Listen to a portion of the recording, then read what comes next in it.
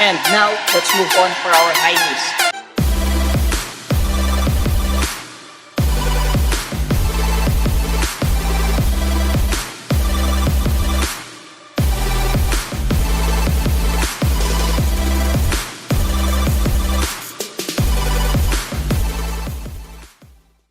This is a cardio exercise and also a warm-up in form of our stretching for this lesson.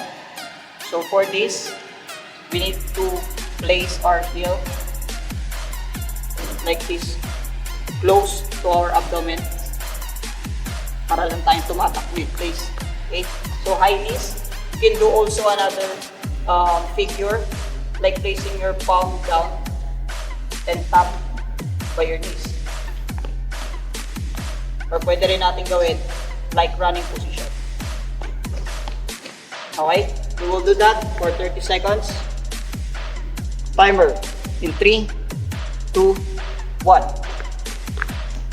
By doing high knees, always keep your upper extremity intact, chest out, and don't forget to breathe. Another form, closer abdomen, getting closer. 3, 2, 1. That's high knees.